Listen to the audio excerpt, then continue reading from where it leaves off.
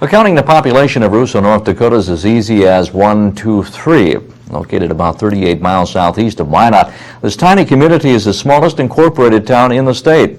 Cliff Naylor takes us there for this week's Off the Beaten Path report. Whenever a stranger drives into Russo, everyone in town knows it. As soon as they hit town, Eva lets me know. Eva's owner is Tim Ness. He's one of the 3 people who live in Russo. I mean, there's no traffic. It's peaceful. I don't know, just a great place to live.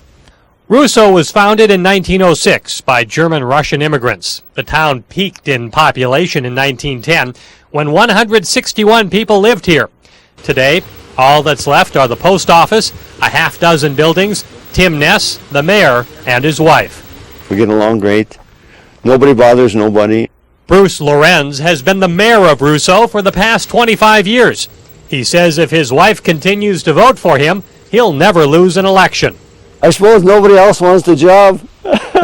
It's the responsibility. I guess they don't want the responsibility of making sure that all this stuff is done. The mayor says the city's budget for a year is around $1,200. He takes care of most of the street maintenance.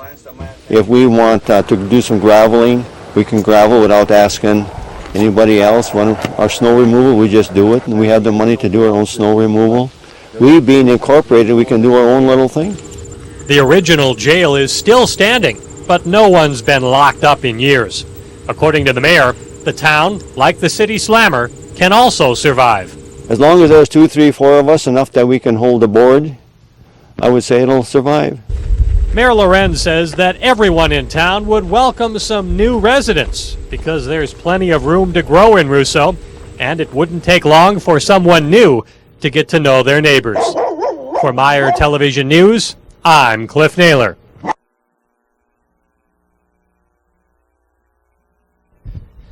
Pauline Deedy says she feels right at home here in the Homesteader Cemetery. Those hills and those prairie flowers, they're just part of me. Deedy was born in a one-room sod house on October 10th, 1911.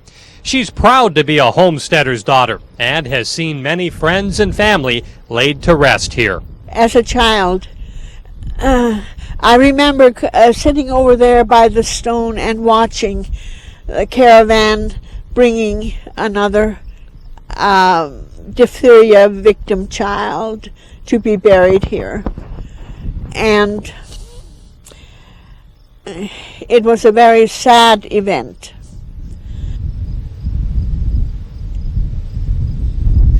Deedee's mother is buried here, and when Pauline's time comes, she wants to be buried under the headstone she's already had made and inscribed.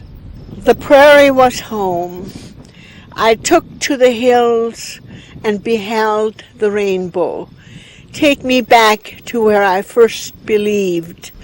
Deedy and other descendants of homesteaders have personally taken care of this country cemetery because they want to pay tribute to the faithful, hardworking, and courageous immigrants who lived and died out here on the prairie.